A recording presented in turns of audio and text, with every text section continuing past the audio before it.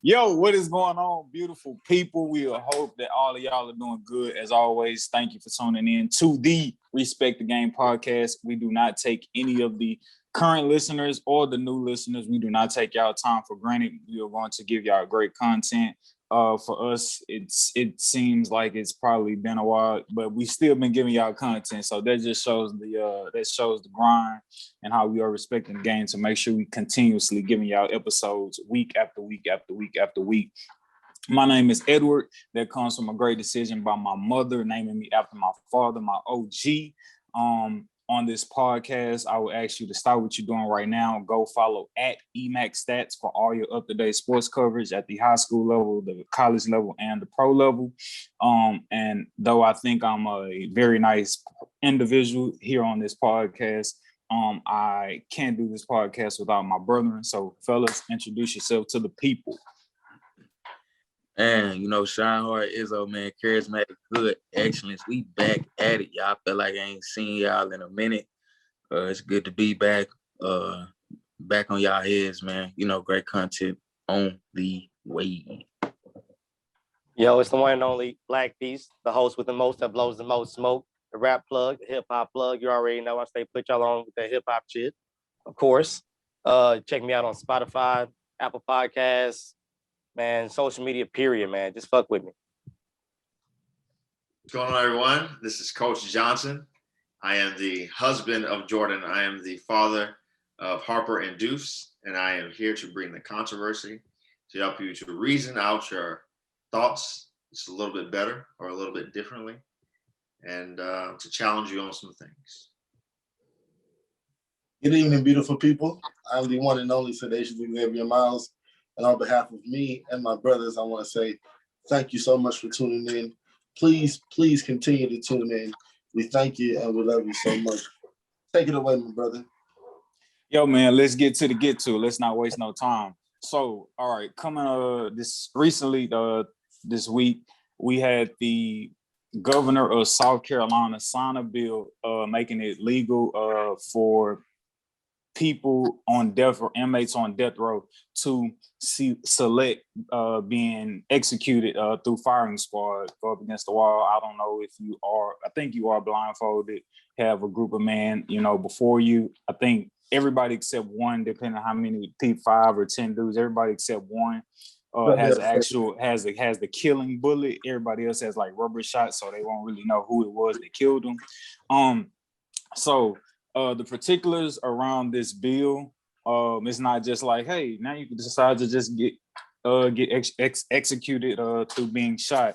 So reading up on it, one of his reasonings for doing it was because I guess through recent situations, when it comes time to execute someone, they don't always have the actual like drugs for lethal injection.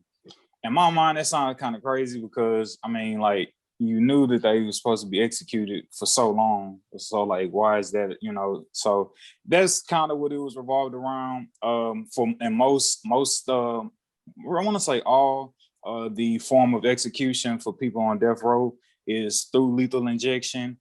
After that, it's electrocution.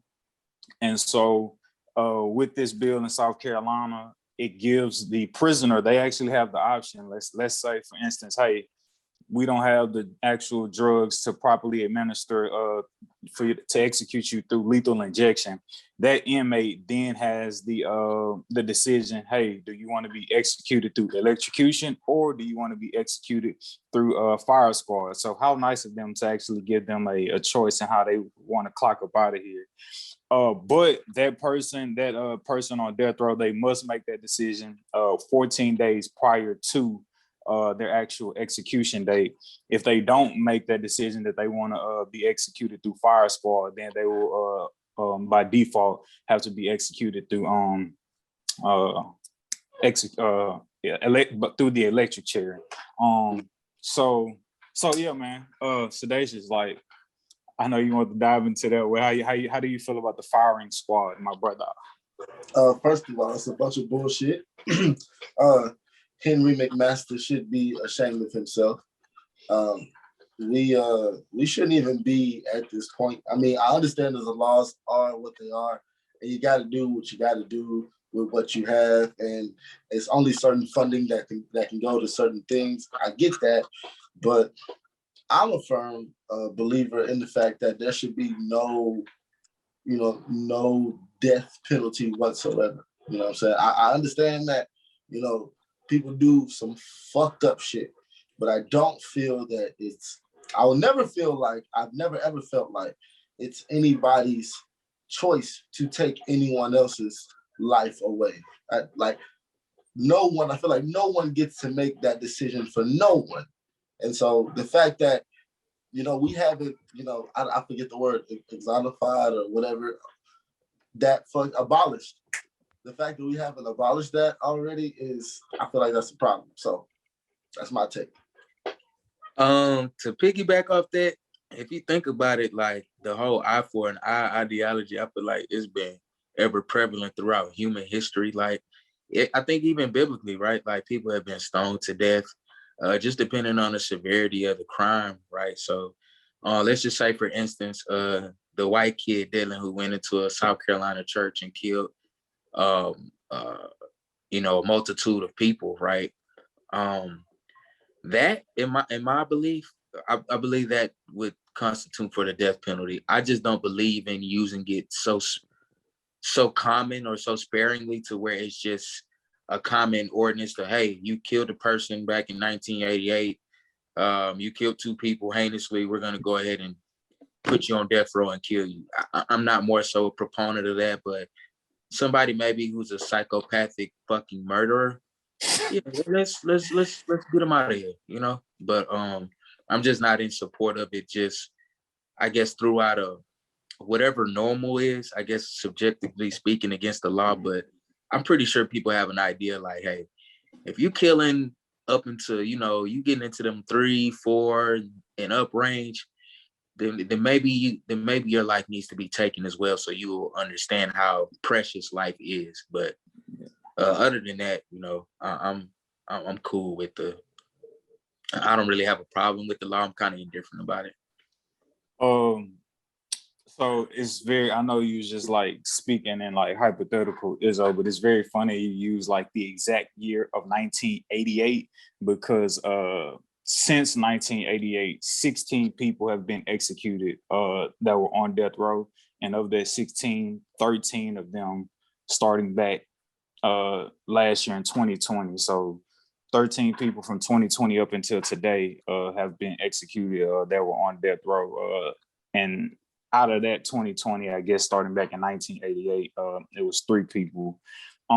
So the death penalty, I feel like, I don't really know. I believe, like Izzo said, like if you just a psychopathic, like Jason, Freddy Krueger murderer, like I really don't think we should really take too long to get you up out of here. But on the other side of that, like you have to also think about, if you just force me to choose, I would say, hey, let's do away with it, from the simple fact of like all the casualties who may fall in the crossfire who actually were innocent of actually committing a crime or being accused of committing some type of murder. Because, out of people who've been on death row since, it's been legalized in the United States, you have 185 people who have been like exonerated, and been taken off of death row because of false testimonies, testifying and so forth, or circumstances, bad evidence, all that kind of stuff. So I mean, imagine, right, if those people were not exonerated and they didn't slip through the cracks, and like, so you want to do this lethal injection first? Well, how you want to do this? You know what I'm saying? So I guess maybe better be safe than sorry. Like, let's do away with it. So if there is someone who's innocent, they have their complete lifespan to get off. But then also, right, when you also, I don't know if a lot of people know, like I was like looking at the stats and stuff, and like just because you get sentenced to just because you get the death penalty, like don't mean like it's always gonna be like around the corner. Like motherfuckers serving like 30 year sentences, and at the end of that 30-year sentence, like Fire squad or lethal ejection? Which would you prefer, sir? So yeah, man, yeah. Yeah, I'm gonna catch that one real quick though. You heard me? Okay, bet. It's just this new mic thing, man. It's new. It's new. I feel like there's a gray area where there's those group of people where it's just like, okay, you don't deserve to be on this earth. It sounds messed up, but it's like literally all you literally have to bring to the table is anarchy and destruction. Out. So I do believe in the idea of a death penalty, but the idea of us using it that's so kind of commonly. torturous to a certain extent. It's torturous to a certain extent because there are people who have strong will who can make it through that. I believe in like calling it straight lethal injection, call it a day, bing by boom, painless as possible, quick as possible, get them out of there. You know what I'm saying? Like, I feel like if you are that dark and wicked of a person, and I feel like there is no converting, you've been on it 15 years, you ain't really converted back.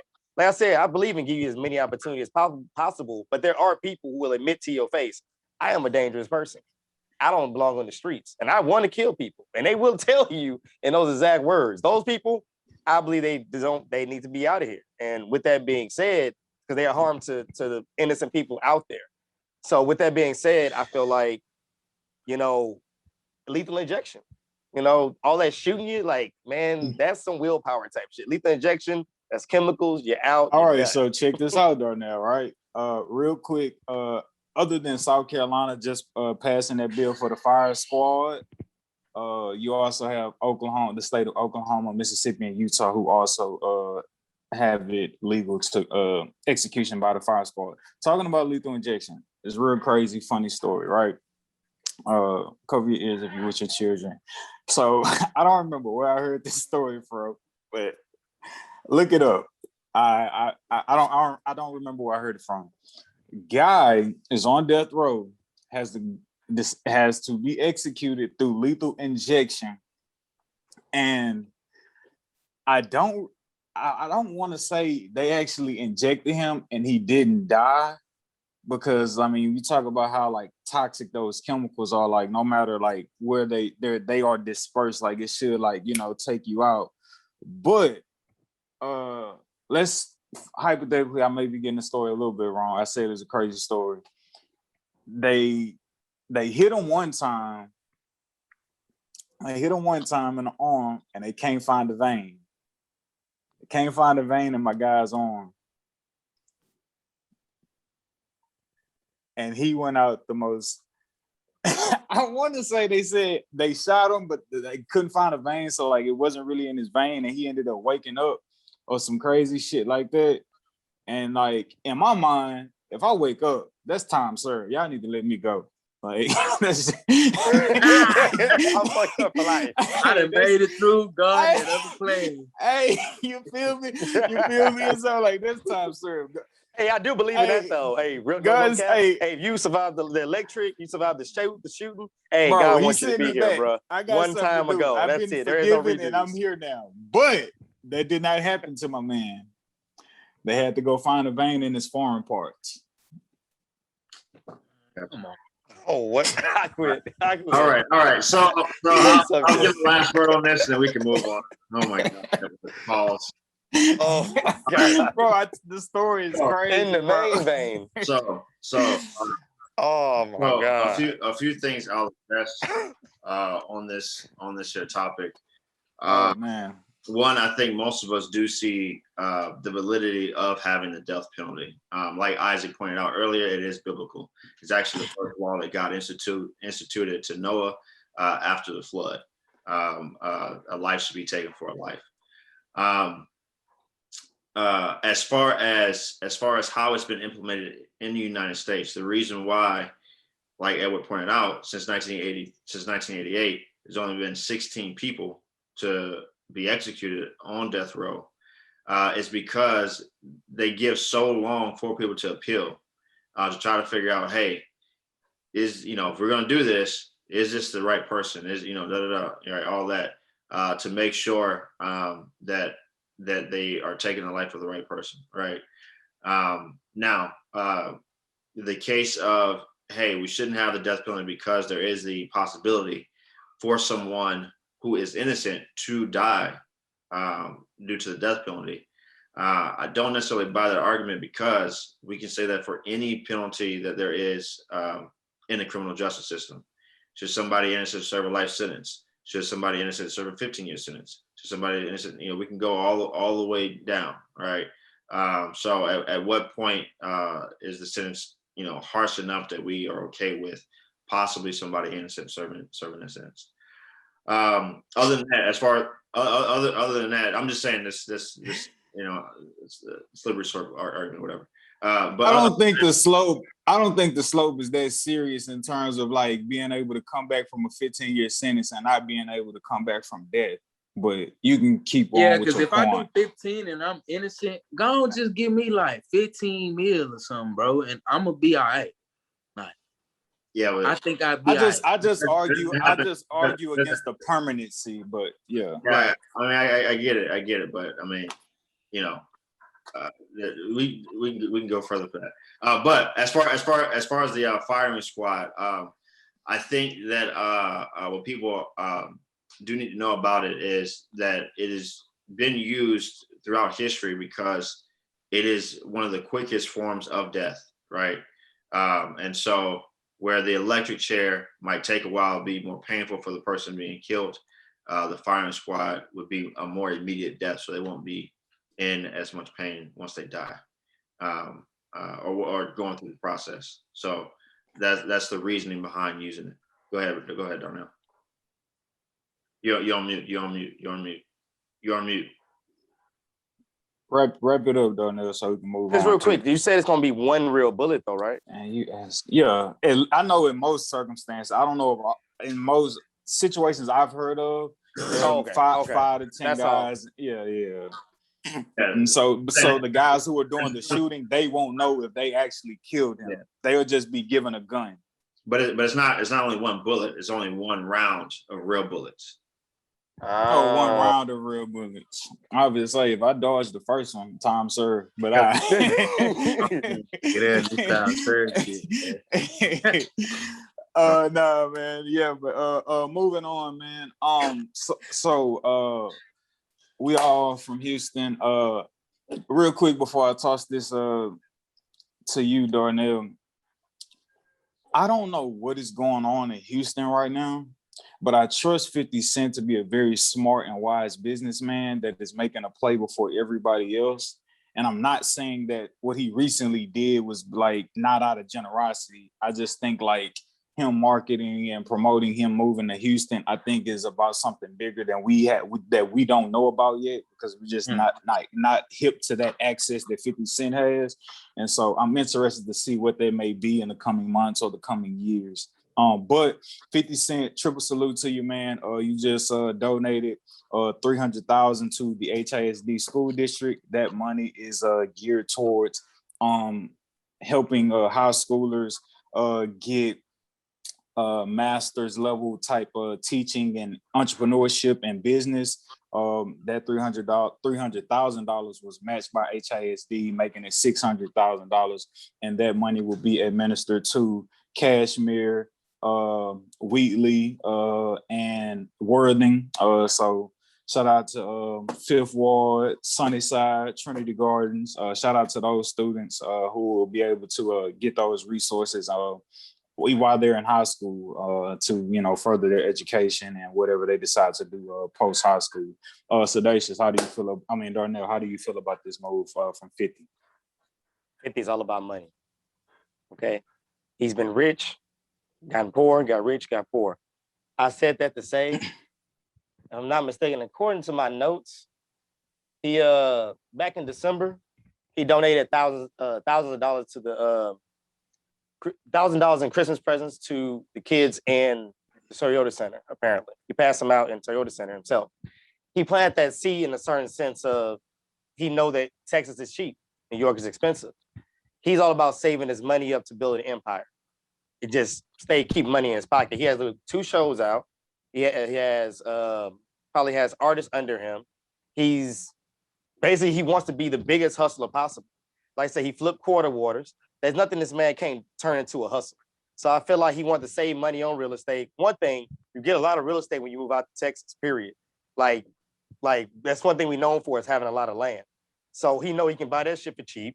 He can go down here and just be more independent because Texas is known as an independent state.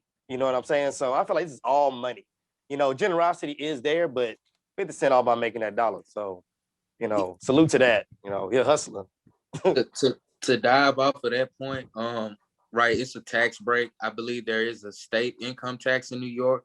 There's no state income tax here in Texas. So he's actually going to be seeing more of his money, right? So him quite literally announcing that, hey, I'm moving to Texas. I am no longer a resident of New York. He's making it clear as day on the record. Hey, I'm no longer a New York resident.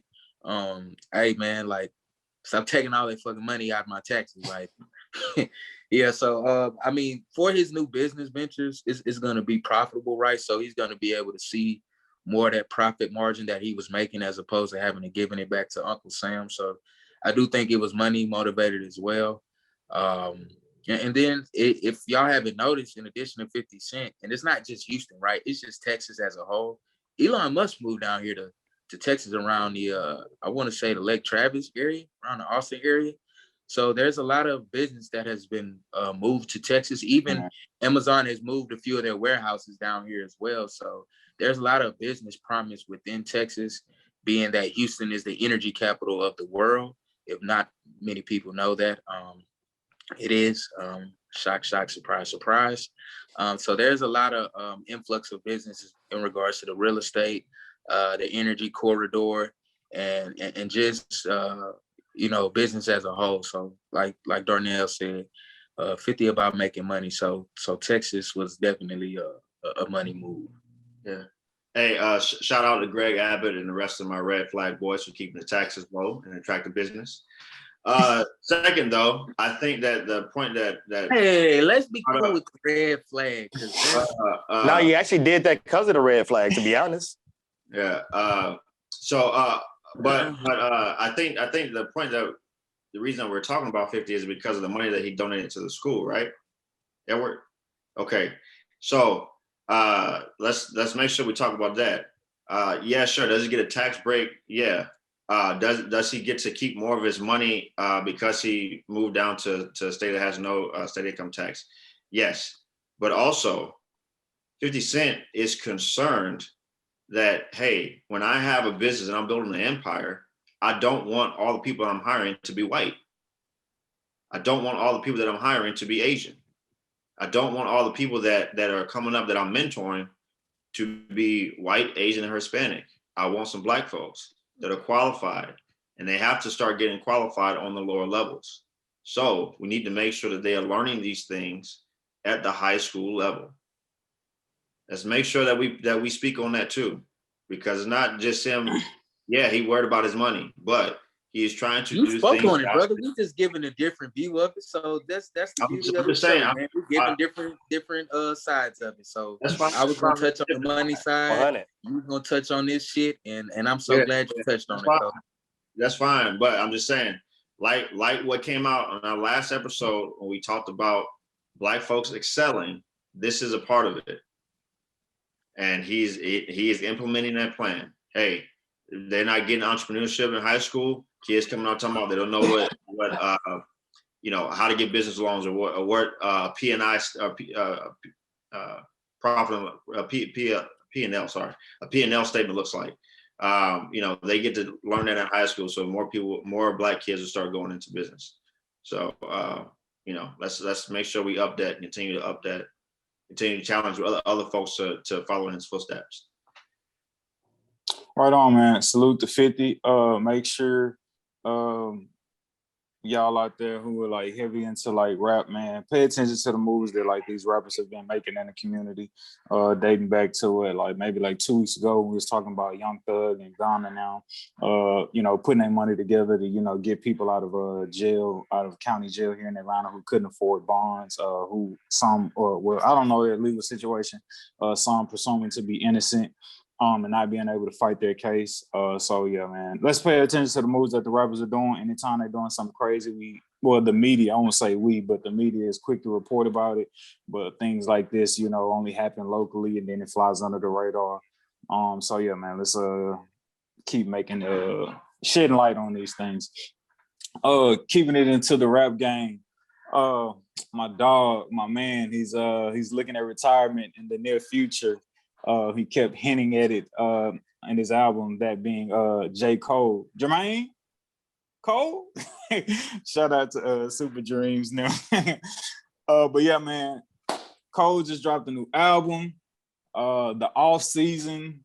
I know you want to touch on it, Darnell, but my quick takeaway from the album was that like it wasn't so traditional in the sense that like every song you're getting verse, chorus. Song like he'll give you a quick 16, get out of there, give you another 32, and he'll get out of there. And I think my biggest takeaway from his album was like, hey, I see the end, but before I completely give into it, I'm gonna remind y'all who I am and don't forget who I am.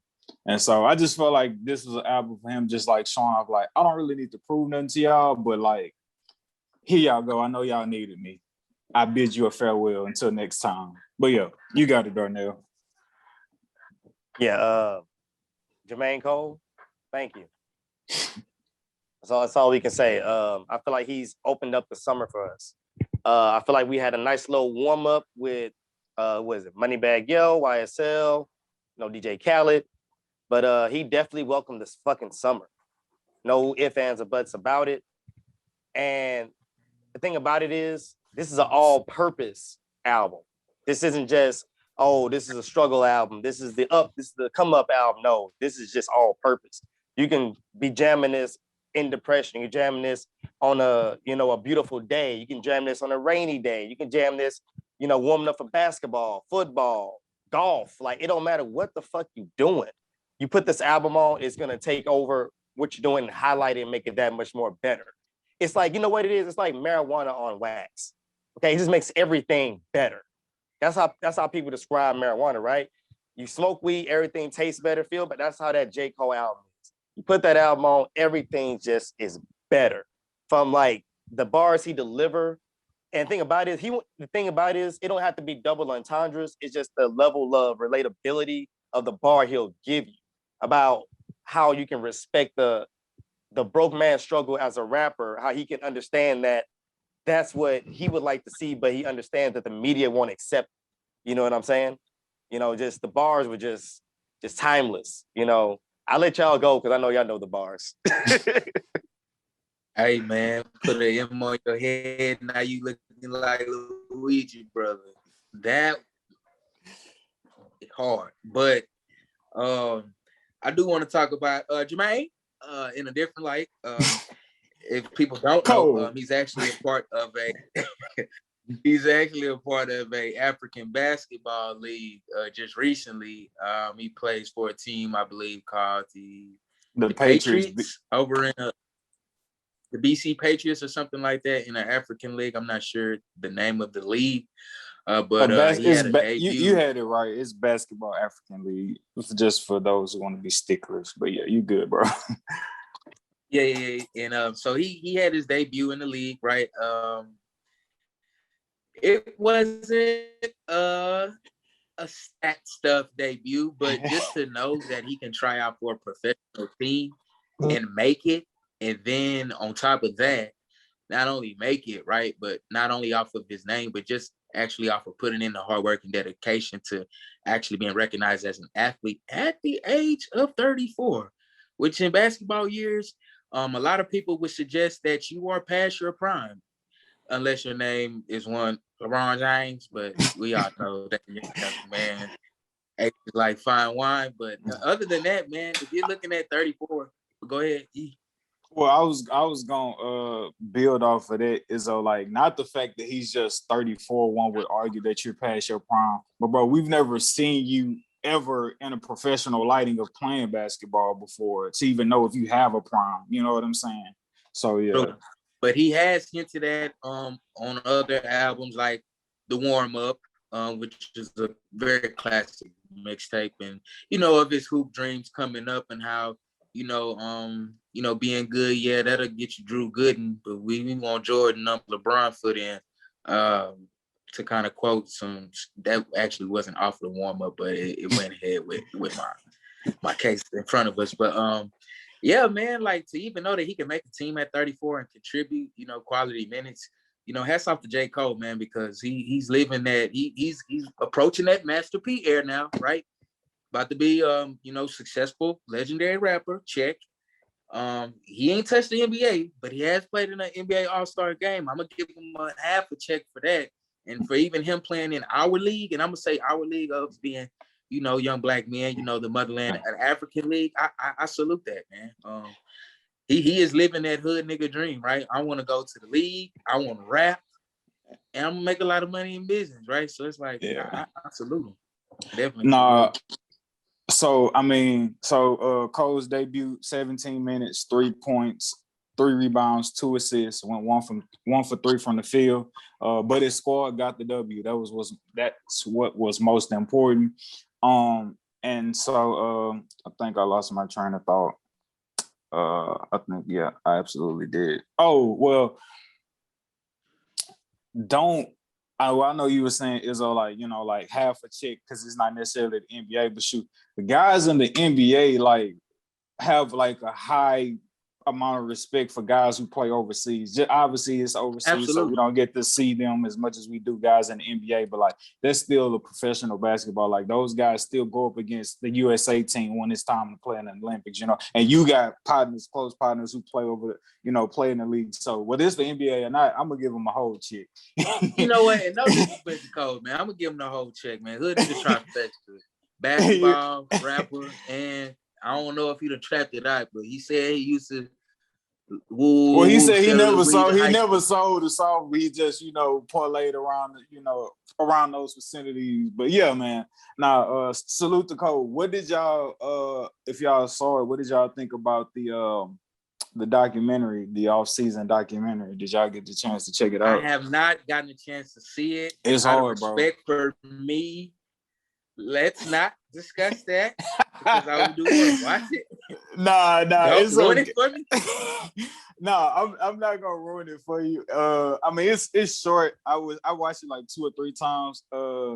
Like Darnell was saying about like the album, it's kind of like all purpose, and I think Cole to me is like always been my favorite rapper. And simply because it's just like, despite the stardom, like he never like masks himself as a star. He always like outright puts himself as like, I'm regularly trying to figure it out. I put in the work to become a rapper, and here I am, but that don't mean nothing. Like I'm still Jermaine Cole trying to figure this out.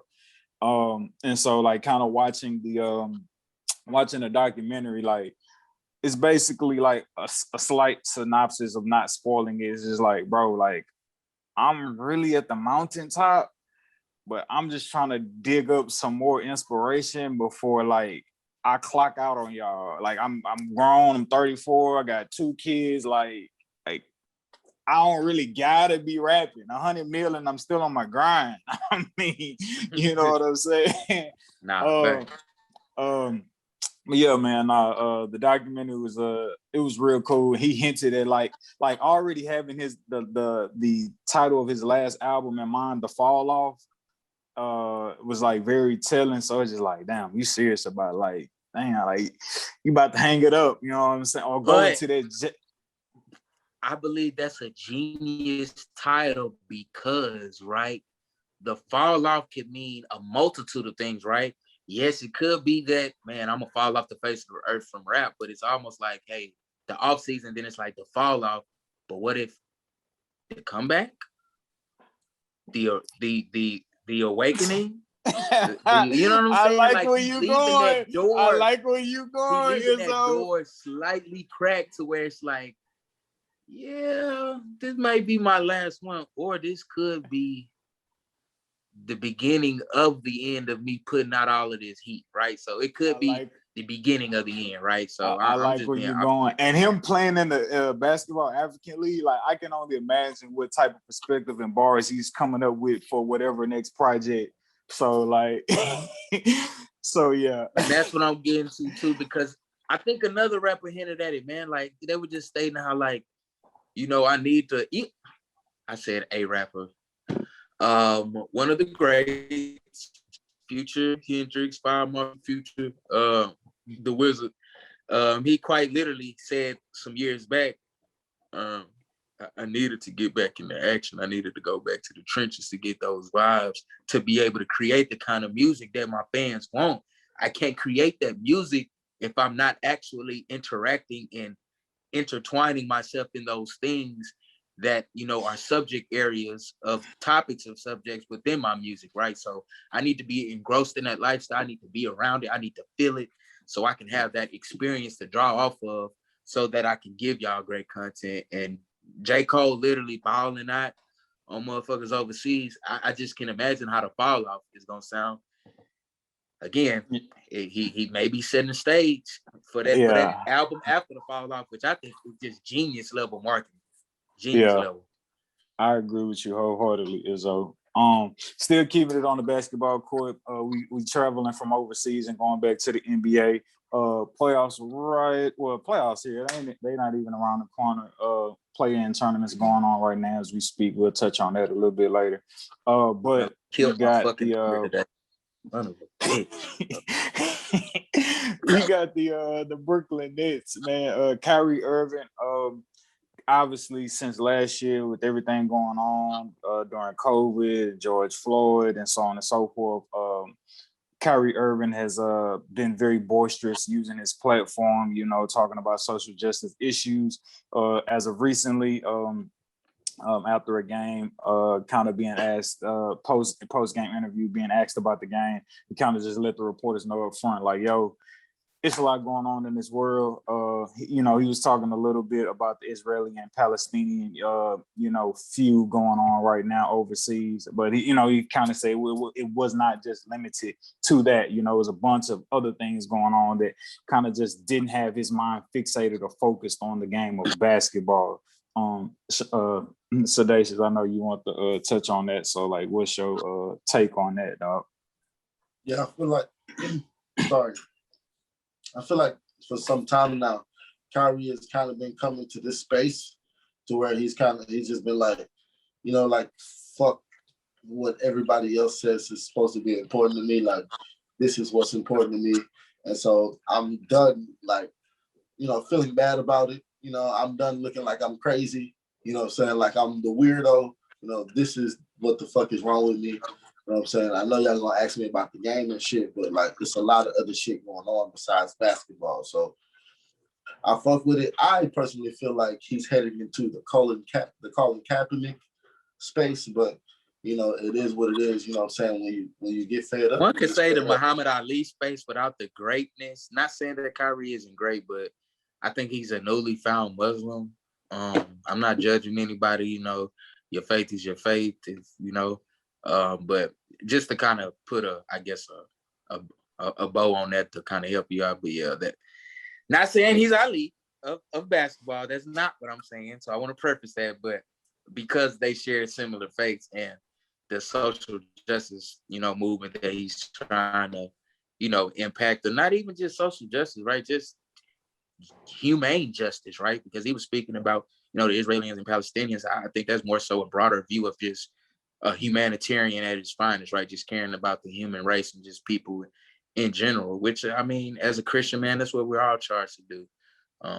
Love everybody, care about, God's people and, wherever they may be, not only here in America, but, God's people are everywhere, man. God is love. We need to be spreading love. So I salute Kyrie as well, but continue, my brother. No. You wrapped it up real nice for me. Appreciate it. But ending statements for me would be, it is what it is. You know what I'm saying? I don't fault him at all. It's a lot of people giving him flack because, it's a lot of people feel like, hey, you know what? You get paid millions of dollars. Shut up and dribble the ball. You know what I mean? But that's fucked up. Some of our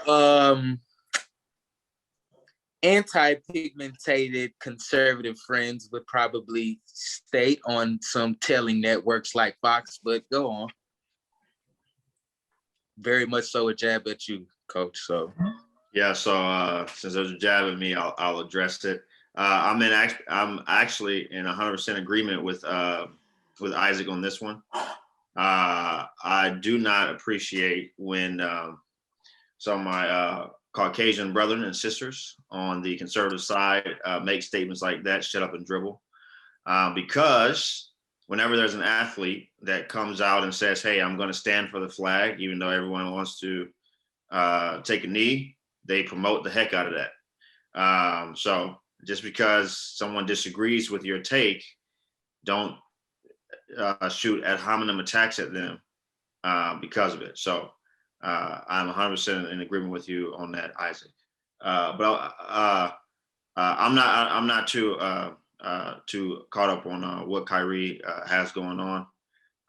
So I can't speak to that. But it's free country, man. You have so the great thing about this nation, you have the right to protest. You have the right to free speech. You have the right to make whatever your life that you want to. And so I salute the brother and what he's trying to do. So the score is 54-51 for those who need to know what's going on. Is it halftime Washington. I It's mean, 2 seconds, 1 second. No, seconds. like I ain't gonna keep going. No, you good to go. We got 0.2 seconds to go before halftime. The score right now is Washington 54, Boston 52. I just wanted to, help my host out real quick. Oh, and I was listening, and I had been thinking that, but I was just like, these games gonna be so far gone by the time they listen to the episode. Yeah, they are. But we yeah, was done talking. You were sitting there like, well, no, I heard y'all, and I was actually, I appreciate you looking out for me, but I was waiting to see if there was gonna be a rebuttal. But good looking out. Good looking out. So we're gonna skirt over to the NFL. Coach. Coach Johnson. Mm-hmm. Tim Tebow. Yes, sir. So there's been a lot of hoopla lately about Tim Tebow getting a shot. Go ahead. Hold on. Hold on. It's only gonna make for great content if Sean Hart go first. Okay, go first, Sean Hart. I gotta let you go first. I'm sorry for the audible. So let's I want to present some facts to the people first. So Timothy Tebow has not played a snap of professional football in a decade. I want y'all to know what has happened in a decade, right? So we've had a couple presidency terms. My beautiful niece and nephew were born. I graduated college. Believe me, Edward Sedacious. Yeah. Graduated college as well. We've had COVID. We've had our literal foundation of what we know as society and reality kind of turned upside down, all while Tim Tebow has not sniffed a grass or pellet field of professional football, in which we like to call National Football League. So I preface that and bring the story to you guys as this. Why should a man, and I love Tim Tebow, he's a strong Christian brother. I love that brother. So don't make it about this, Christian, but I just want the facts to be the facts. Even people on his own team, I get it, Urban Meyer. You coached Tim Tebow for 3 to 4 years. He brought you a few national championships. I get it. You know that's your guy. You're loyal to him. But it comes across like, hey, shit, if Urban Meyer, your boy, if you dog, shit, he'll get you in.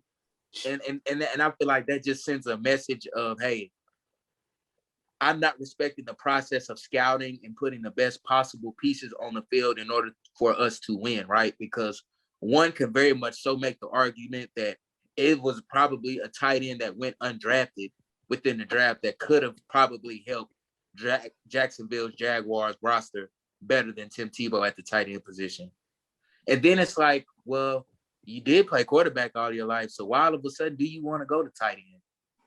Is it because your skills are diminished at quarterback and they quite literally ripped you to shred because of your piss poor mechanics and your inability to get it done on that level? Yes. So you're just literally trying to get in where you fit in at this point. And had Urban Meyer not been the coach of the Jacksonville Jaguars, Coach Johnson, I can almost assuredly, I will my last dollar in my pocket. That nigga would not have a football job right now.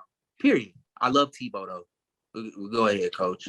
It's just favoritism, man. It just sends the wrong message to the locker room that, hey, if Coach know you shit, he'll get you in, man. But you know, like, if you like that kind of shit for your team, Coach. I mean, one more, Christian. Sedacious.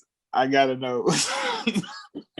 I just want to know what you're thinking because you was laughing as hard as me. I just want to know what you was thinking. No. Why? Because we probably did laugh at the same shit. All right. You got it, Coach Johnson. All right. So much of what Isaac just said, I do not disagree with. He stated a lot of facts. Yes, Tim Tebow has not played in the league. Yes, the only reason he's even has a chance, because he actually hadn't been signed yet, is because of his relationship with Urban Meyer. Were there other tight ends that probably could have came in other than Tim Tebow? Or they probably will come in other than Tim Tebow? Yes. I agree, 100% agree with a lot of stuff you said. The reason why I wanted to talk on this topic is because there's been a lot of talk online, even by some of the Jaguars players, about comparing Tebow's opportunity for the NFL to Colin Kaepernick's opportunity for the NFL. Okay. Now, just real quick to speak on Urban Meyer and bringing in someone that he has a relationship with. If we go and look at all 11 of the guys that we signed in free agency, all 11 of them had some prior relationship with one of the coaches on the staff.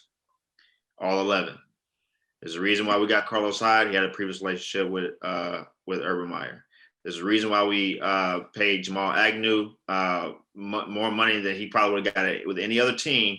It's because he had a previous relationship with our offensive coordinator. Do you not see that as problematic, Coach? It can be. It can be. I'm just stating the fact. I'm not saying I agree with it. I'm just saying that this is becoming a pattern with Urban Meyer. As this is how he's conducted business with other players, black players, as well as with Tim Tebow. Now, as far as other thing, but go ahead. As far as comparing Tim Tebow and his opportunity with Colin Kaepernick, this is why I want to put on the show. I wanted to add my name to the list of coons out there.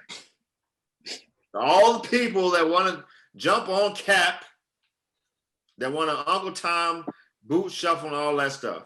I want to add my name to the list.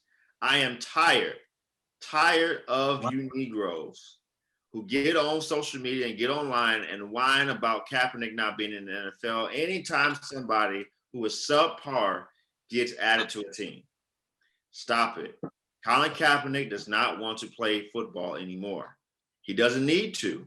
He is more well-known, more successful, doing what he's doing now. He has contracts with Nike, Ben & Jerry's, Netflix, and Disney. He does not need the NFL. He's not coming back to the league. Stop saying it. Stop wishing for it. Stop. He has not. Since he left, he has not wanted to play in the league anymore. So just because Tebow may get signed, he still ain't got signed yet, may get signed with the Jacksonville Jaguars, it's up to the Jaguars to deal with that. Stop putting Kaepernick involved in all this stuff. He's done. He's doing bigger and for some of y'all who consider better things. He's making more money, more popular than he ever would have been as an NFL quarterback. It's done. Tim Tebow, maybe he'll get a shot in the league. He's probably going to suck. All of us think that. I'm not excited about the signing. But it is what it is. Let's let it play out. If it sucks, it sucks. He probably won't even make it. It is what it is. Because it's your Jacksonville Jaguars, we should just shut the fuck up and just let it play out. No, it's not that. Also, I mean, hey, if anybody, listen, I just said, I don't think he's going to be good. I think they could have given that position to somebody else. So Yeah, bro. Don't he run a fucking 4.7? I don't know what he's running right now. I don't know what he's running right now. Yeah, and that's what I'm saying. Like 10 years ago, that was like 4.6, 4.7. So, in my opinion, you don't really just get faster in age, especially like 10 years later. But hey, Hey, Izzo, don't smoke, don't drink. Izzo, would you? So I don't like the move. Me either. One of the reasons I don't like the move is because I feel like media-wise, it could be too much of a distraction with, you having like Trevor Lawrence there. So like, Izzo, would you entertain the random case scenario that, for some reason, Trevor Lawrence gets hurt in practice? No. Well, no. I just want this. I just want to throw it out there, bro. No one's entertained. Hard no, man. All right. So, all right. I just want to throw it out there. Still got Gardner on that. Tebow wouldn't even get a 15. Gardner Minshew's still there.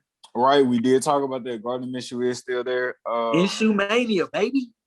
Put your mustaches on. And I don't know. I just want to state this. Because I don't know if people realize how Gardner Minshew tried to troll Trevor Lawrence last year. He grew his hair out and had the long locks, had the long hair. Mm-hmm. So he was like running on the sideline with the long hair. So he tried to troll him last year. But yeah, he did that, or did that man just want to grow his hair out because that man wanted to? No, that sounds like an inside Jaguars info. Yeah, because if you listen to enough interviews from Gardner Minshew, the only reason he still even has the mustache is because it's a media thing. And so he since college started to do things that would get media attention. Yeah, marketability. He's trying to get money. Yeah. I ain't mad at Minshew. Yeah. So he did that on a little slight love, hey, my debut, I'm coming out to make sure I'm the guy, not this other long haired guy. But didn't really do too well last year. So here we go. Thanks, Gardner. We got our guy. Right. You're saying, hey, I ain't gonna lie to you, but you're saying you better hope he everything y'all think, because I just want to say, I see the, okay, stop talking. I see the Cowboys going 12-4 or 11-5. Just gonna throw that out there. Only teams I see beating us are possibly the Tampa Bay might beat us, but I got Tampa Bay. I got us beating Tampa Bay, but they might beat us. The Ravens might get a dub.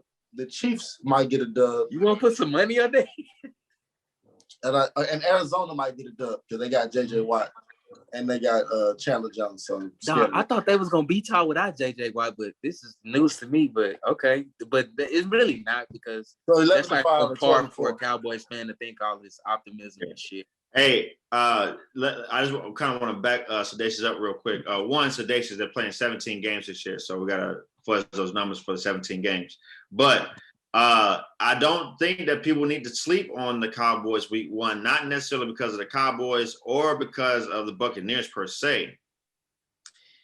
Tom Brady has history of not starting the season well. There have been times where with the Patriots, they came in, had that first Thursday night game and got drove.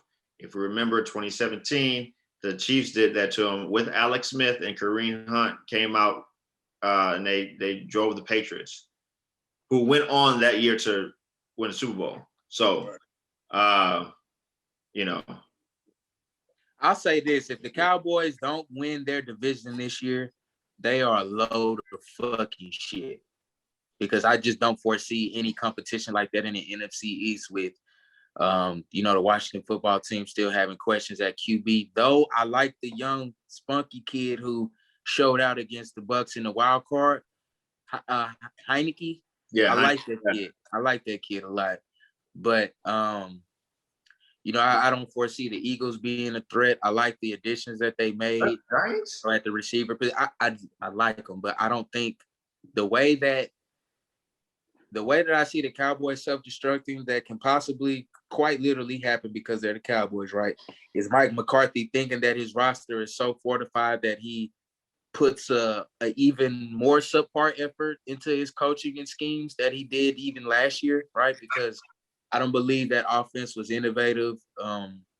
Zeke looked like a shell of his former self, but a lot of that was accompanied with injuries on the O-line, people opting out because of COVID, things of that nature. But, with CD Lamb coming back, another year in the offense, them still having Amari Cooper, right?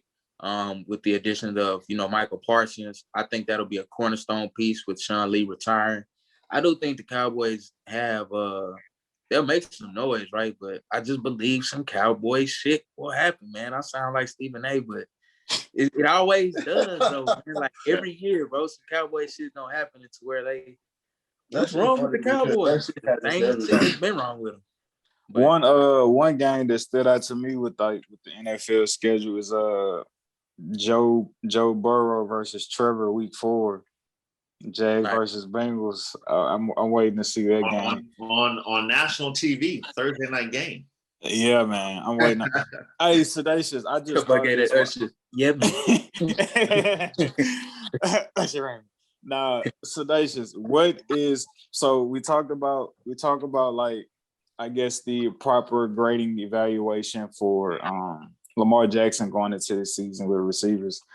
What is the proper grading evaluation for Josh Allen going into the season for you to believe in him? I don't really know, man. It's really hard to say. Okay. I think he'll still do. I think he still has the team to carry him. So it's really hard to say. But to your point, I have been coming around. Did he throw for over 4,000 yards last year? I have been coming around more to Josh Allen, not being a fan, but to his arm. I understand talent. not liking somebody sedacious, but damn, just standing like Josh Allen. I still question his decision making, but his arm talent is pretty good. His arm talent is only really second to one person, and that being Patrick Mahomes. Didn't they have a throwing contest? Huh? Didn't they have like a throwing contest or something like that one time at like an All-Star game or something? I don't know. I think Josh Allen may have won by maybe a couple yards, if I'm not mistaken. He really does have a extremely, like, as far as his arm talent, his arm strength. He definitely he's top 3 for sure, right? Speaking of that, you want to throw A-Rod, Pat Mahomes, or Matt Stafford in there as far as arm strength or arm talent. Speaking of that, Bills Chiefs week 5 coming up this season. Mm-hmm. Man, I'm gonna tell you what, man. I love the Chiefs coming out of the AFC, and I'll tell you why. Dude, if y'all saw those moves that they made on the O-line, swindling Orlando Brown from the Ravens, getting much needed help within the draft, getting a high draft pick, and I think getting 2 other notable free agents. They literally added 4. They went out and damn near got the Avengers for their O-line. So Patrick Mahomes was smiling at every single O-line acquisition this year. Quite literally, he literally quoted the tweets, every acquisition with smiley faces. This is something y'all can go look up, do your homework. So he's smiling ear to ear because the nigga ran for his life. They say he ran literally over 500 yards in that Super Bowl in regards to just laterally moving and trying to evade rushes, which is quite ridiculous if you think about how much 500 yards is. You got to think about, and they didn't score, right? So that's going to be a stain on his record being a post offense. I just think he out for revenge, man, and they really looking for it. They'll have the horses to compete with Tampa Bay. Is it Matthew Stafford that's with the Rams now? Yeah, he's with the Rams now. Yeah. Okay, so Sunday. I like that a lot. What's his name?